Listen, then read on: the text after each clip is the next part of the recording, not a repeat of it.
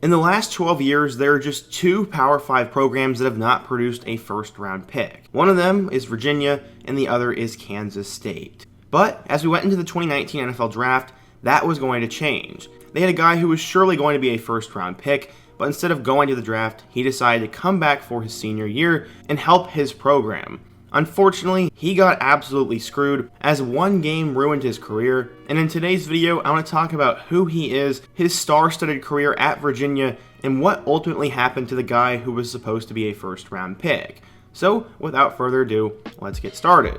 So you're probably wondering who am I talking about, and it is none other than former Virginia safety and current New York Jet Bryce Hall. He grew up in Harrisburg, Pennsylvania, and always aspired to be in the NFL as a kid, but that idea was pretty far-fetched. By the time he got to Bishop McDevitt High School in Pennsylvania, he was considered just a 2-star player. He played both wide receiver and defensive back. As a junior, he caught 56 passes for 985 yards and 13 touchdowns. Those were decent numbers, but it did not look like his NFL dream was going to happen, as his biggest offer was from Coastal Carolina, a small school in Conway, South Carolina, who was not as good then as they are now. But an offer from Virginia would change the game. Bronco Mendenhall really wanted him, and eventually Hall decided to commit to the Cavs. But why? He said, quote, "My decision was an easy one. Virginia has the best academics and the best program of the schools that I was considering." Basically, what that said was that was my best offer. According to 24/7 Sports, Hall was only a 2-star recruit, the number 202 corner, and the 2,280th best player in the class of 2016. He was ranked extremely low for a Power 5 player, which is why his career at Virginia was so unbelievably shocking. He's one of the last recruits that anyone thought was going to be a star, but he ended up becoming one of the better players of this decade for Cavaliers football. As a true freshman, he would start right away. He finished with 25 total tackles and 2 interceptions. This was the beginning of his star-studded career. In 2017, he finished with 47 tackles, 1 sack, 1 forced fumble, 1 interception, and 9 pass deflections. He was on the verge of breaking out, and in 2018, he did so. He finished with 62 tackles, 21 pass deflections, 2 sacks, 2 forced fumbles, and 2 interceptions. This guy was an absolute star. He led the nation with those 24 pass deflections, and because of that was named an all-conference first-team player and a second-team All-American nationally. Now he'd have a decision to make. Would he go to the NFL and be a first-round pick, or would he come back? Well, there were a couple of factors. He said he was called by God to come back for his senior year, and he had this to say, quote, "I wanted to finish what I started here. This program gave me so much. Before I leave, I want to give everything I have." Not only did his prayers tell him to, but he also lost to Virginia Tech in that final game of the regular season, and he wanted to break that streak. Because of that, he decided to come back. One of his teammates said, quote, "Bryce is a special type of talent. He doesn't come around too often. His leadership on the team, on and off the field, is what's going to make this program better."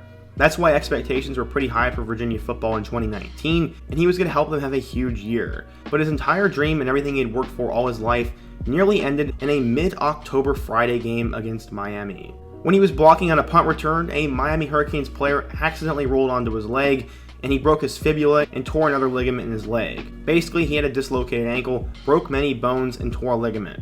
His season was over, and his draft stock was now going to be in the tank. He was not able to play the rest of the year, but he still had an impact as he was apparently an untitled assistant coach and a vocal leader for the Cavs. He learned a lot of lessons while he was injured and also met his wife during this time, but back to football, he would now train and try to be back for training camp in the fall, but first a team would have to give him a chance. He had the stats. As a 4-year starter at Virginia, he recorded 154 tackles, 5 interceptions, 38 pass breakups, 4 sacks, and 3 forced fumbles while starting nearly 42 games. Would teams take those stats and overlook his injury? The Jets eventually would. They decided to take him with the 158th overall pick in the 5th round, and many believed he could have been one of the steals of the draft. He ended up coming back for training camp and made the final roster, and as a rookie, he'd actually play in a couple of games. In fact, he'd play in 8 total games, registering 36 total tackles, 1 interception, and 3 pass deflections. His role would increase in 2021 as he'd play in all 17 games, finishing with 79 tackles and 16 pass deflections. He is seen as a major part of the Jets' young core, and I believe he will be back in 2022. Most of the time, these What Happened to videos have a sad ending, but honestly, the injury may have been the best thing for him. In many interviews, he said it was a blessing in disguise. As he met his wife, grew in a lot of areas of his life, he had less pressure on him when he got to the NFL, and seemingly found a team where he could play right away and make an impact. It's pretty insane to see that Bryce Hall has overcome being a 2-star recruit, playing for a Power 5 school that doesn't produce many draft picks, and overcoming a serious injury like that to become a good player in the NFL. What do you guys think, though? If you're a Virginia fan, what do you think of Bryce Hall, who is another player I could take a look at in my next video?